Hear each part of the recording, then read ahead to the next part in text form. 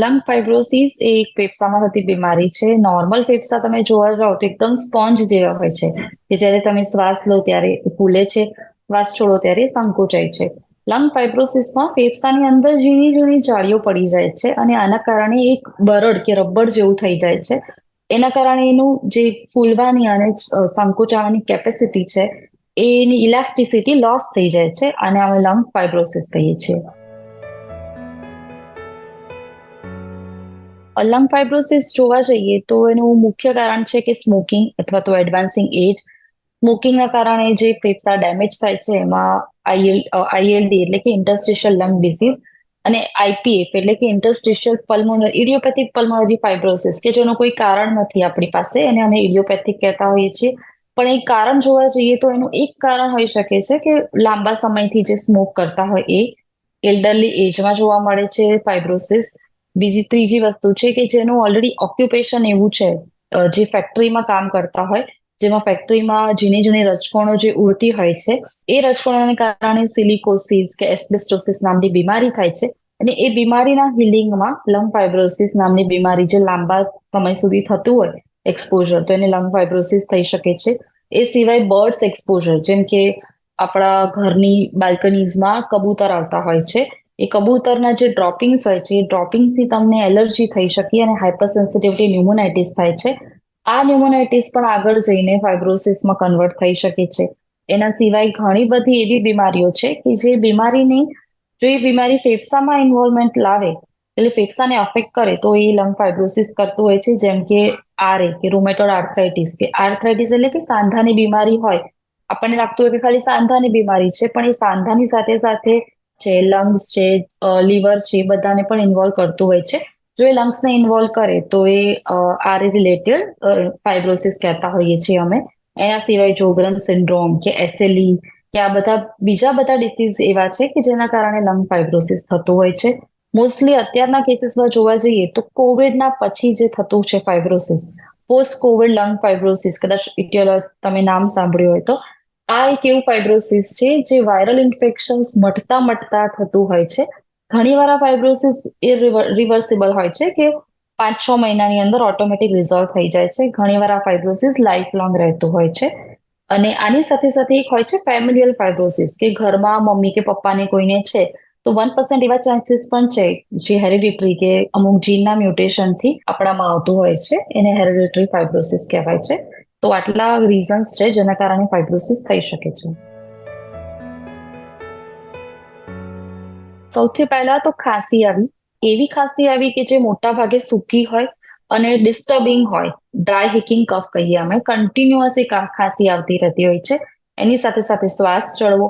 હવે શ્વાસ ચડવાની પણ શરૂઆત પહેલા એવી થતી હોય છે કે જ્યારે દર્દી કંઈક કામ કરતા હોય કે સીડી ચડે કે કંઈક એક્સેસિવ એક્સરસાઇઝમાં આવી જાય તો એમને શ્વાસ ચડતો હોય છે, પણ એ આપણે બધા એઝ યુઝ્યુઅલ ઇગ્નોર કરતા હોઈએ છીએ. પછી એ કંટ્રોલ ના થાય તો બેઠા બેઠા પણ શ્વાસ ચડતો હોય છે એમને.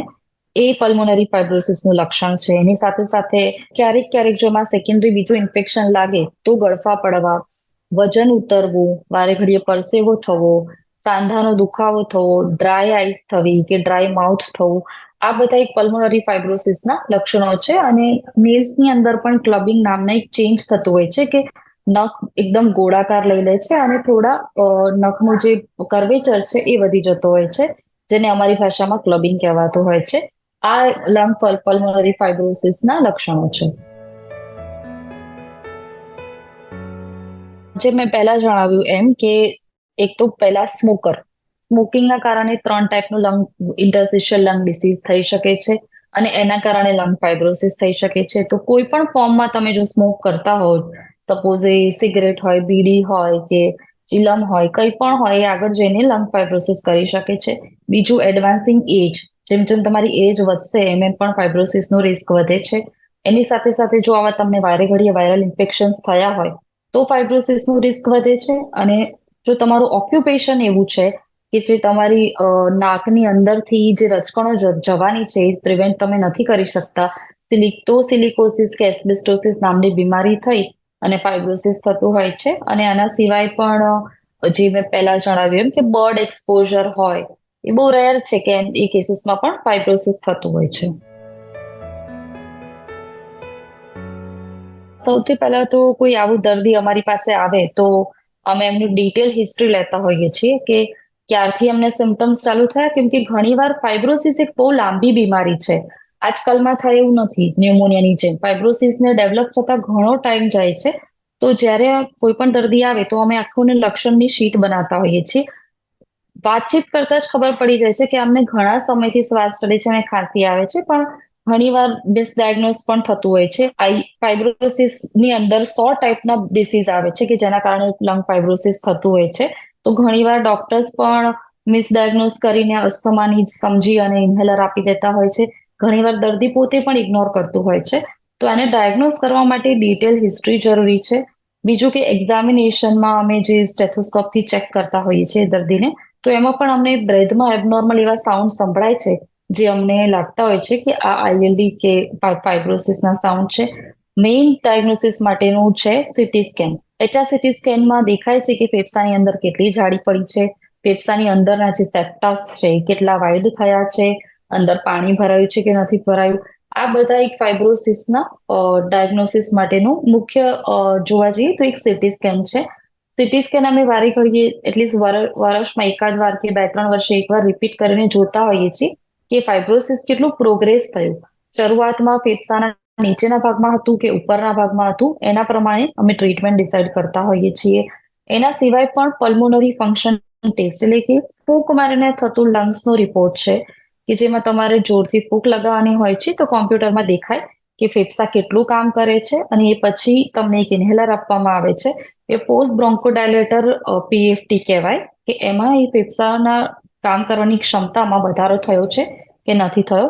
આ સિવાય 6 મિનિટ વોક ટેસ્ટ એટલે કે દર્દીને અમે 6 મિનિટ સુધી સીધી ડિરેક્શનમાં ચલાવતા હોઈએ છીએ એ જોવા માટે કે ઘણીવાર આવા દર્દીઓમાં બેઠા બેઠા ઓક્સિજનનું લેવલ એકદમ નોર્મલ રહેતું હોય છે, પણ જ્યારે એ કંઈ એક્ઝર્શન કરે એટલે કે 6 મિનિટ વોક કરે એ પછી અમે પાછું એમનું ઓક્સિજન લેવલ પલ્સ બીપી જોતા હોઈએ છીએ કે કેટલું ઓક્સિજન ફોલ થયું.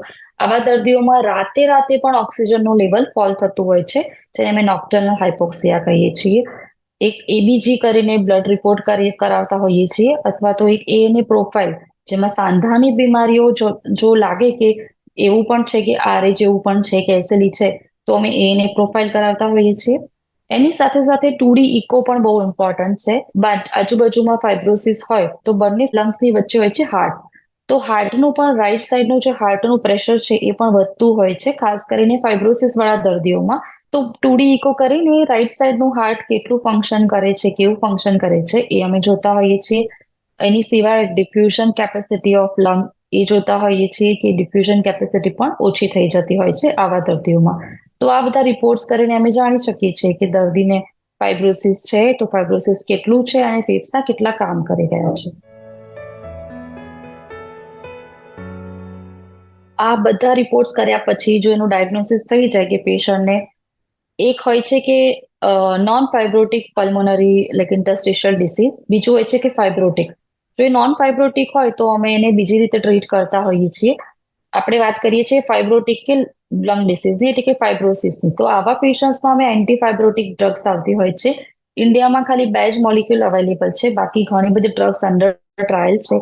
તો એ 2 મોલિક્યુલમાંથી દર્દીને કયું સૂટ કરશે એ પ્રમાણે અમે કોઈ એક ડ્રગ ચાલુ કરીએ છીએ, જે એને જનરલી લાઈફ લોંગ લેવાની હોય છે, કેમ કે આ ઇરિવર્સિબલ પ્રોસેસ છે. આ દવાથી પણ એ જે ડેમેજ થઈ ગયો છે એને રિપેર નથી કરી શકવાની, પણ આગળ જે ડેમેજ ના થાય એની માટેની આ દવા હોય છે કે જે આગળ થતો ડેમેજને પ્રિવેન્ટ કરી શકે. એ એન્ટીફાઇબ્રોટિક ડ્રગ્સની પોતાની પણ થોડી સાઇડ ઇફેક્ટ્સ હોય છે. તો જો અમે કંઈ ચાલુ કરીએ તો અમે દર્દીને વારી ઘડીએ હિમોગ્લોબિન કે લીવર ફંક્શન ટેસ્ટ ચેક કરવાનું કહેતા હોઈએ છીએ. ઘણીવાર દર્દીને ડાયરિયા ને એવું પણ થતું હોય છે. આની સાથે સાથે બીજી ટ્રીટમેન્ટ છે સપોર્ટિવ ટ્રીટમેન્ટ, કે એમાં એન્ટીઓક્સિડન્ટ્સ કે ગ્લુટાથિયોન્સ ને એવું આપતા હોઈએ છીએ. જો ઇકોમાં પણ એવું હોય કે રાઈટ સાઈડનું હાર્ટ પ્રેશર વધી રહ્યું છે તો એની પણ અમુક મેડિસિન્સ અવેલેબલ છે જે અમે દર્દીઓને ચાલુ કરતા હોઈએ છીએ. નોર્મલ જે ફાઇબ્રોસિસ થયું હોય એ આગળ જઈને પ્રોગ્રેસ જ થવાનું છે, જતું નથી રહેવાનું. એટલે આવા દર્દીઓને અમે ખાસ કરીને તો પલ્મોનરી રિહેબિલિટેશન એટલે કે જે તમારા લંગ્સ છે એને તમે એક્સેપ્ટ કરી અને એને મજબૂત બનાવવાનો ટ્રાય કરો, rather then going for a treatment. આમ જોવા જાવ તો લંગ ફાઇબ્રોસિસને પ્રિવેન્ટ કરવાનું એઝ સચ કોઈ મિરેકલ જેવું કંઈ અવેલેબલ નથી. જે ફેમિલિયલ છે કે જે એજ રિલેટેડ થવાનું છે એ થવાનું જ છે એને, કેમ કે ઇન્ટરનલ લંગ ડેમેજ જ છે, બહારથી થતું કોઈ ન્યુમોનિયા જેવું ઇન્ફેક્શન નથી. પણ આપણે લંગ્સને હેલ્ધી રાખીને ઘણીવાર આ ફાઇબ્રોસિસ સપોઝ થઈ પણ ગયું હોય તો એનો સ્પ્રેડ આગળ થતા અટકાવી શકીએ છીએ રેગ્યુલર માસ્ક પહેરીને, કફ હાઇજીન મેન્ટેન કરીને. અને ખાસ કરીને જે ઓક્યુપેશનમાં એવું હોય કે જેમાં ધૂળ કે રજકણો ઉડતી હોય કે કેમિકલનો ધુમાડો થતો હોય, એવા ઓક્યુપેશન વાળા લોકો રેગ્યુલર N95 માસ્ક પહેરે તો એમનું લંગ એક્સપોઝર ઓછું થાય. બીજું કે જે બાલ્કનીઝમાં કબૂતર આવતા હોય એવી બાલ્કની પ્રોપર પેક કરાવે તો પણ લંગમાં HSP ના થાય, હાઇપર સેન્સિટિવ ન્યુમોનાઇટિસ અને ફાઇબ્રોસિસ આપણે અટકાવી શકીએ છીએ. બીજી કોઈ પણ લંગ્સની એવી બીમારી હોય કે જે કોવિડ છે, જેમ કે વાયરલ બીજા ન્યુમોનિયાસ છે, એનું રેગ્યુલર આપણે નિદાન કરીએ અને પ્રોપર ટ્રીટમેન્ટ પૂરી કરીએ તો એ લંગ ફાઇબ્રોસિસ નથી થતું હોતું. અને મોસ્ટ ઇમ્પોર્ટન્ટલી સ્મોકિંગને અવોઇડ કરો. જેટલું તમે વહેલા સ્મોકિંગ છોડશો એટલું તમારા લંગ જલ્દી રિપેર થશે. આજે તો તમે સ્મોકિંગ છોડો, 10 વર્ષ લાગે તમારા લંગ્સના જે નોર્મલ એલ્વેલાઈ છે એવા પાછા બનવા માટે. તો લંગ્સને ડેફિનેટલી હેલ્પફુલ થાય જો તમે સ્મોકિંગ ના કરતા હો તો. અને તો પછી ફાઇબ્રોસિસ પણ આપણે પ્રિવેન્ટ કરી શકીએ.